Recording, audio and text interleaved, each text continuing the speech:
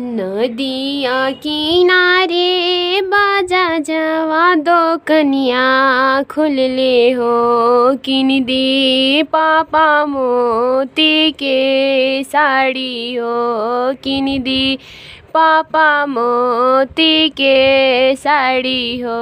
नदिया किनारे बजा जवा दो कनिया खुले हो किन दे पापा मोती के साड़ी हो किंदी पापा मोती के साड़ी हो। गलिया के गलिए पापा बाजवा घूमे हो किन दी पापा मोती के साड़ी हो किन दी पापा मोती के साड़ी हो। गलिया की गलिया पापा बाजवा घूमे हो किंदी पापा मोती के साड़ी हो किंदी पापा मोती के साड़ी हो।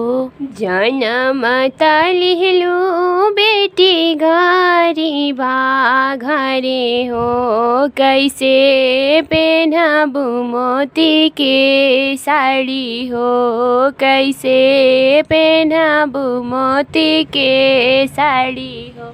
जन्म तलिहलु बेटी गरीबा घरे हो कैसे पहनबू मोती के साड़ी हो कैसे पहनबू मोती के। तोहा के बियाहब बेटी राजा के घरे हो जे पेन्ही मोती के साड़ी हो जे पेन्ही मोती के साड़ी हो।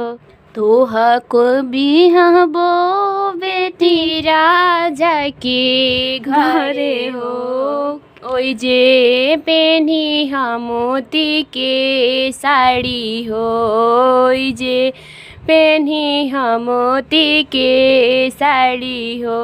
नदिया किनारे बजा जवा दो कनिया खोलले हो किन दी चाचा मोती के साड़ी हो किन दी चाचा मोती के साड़ी हो।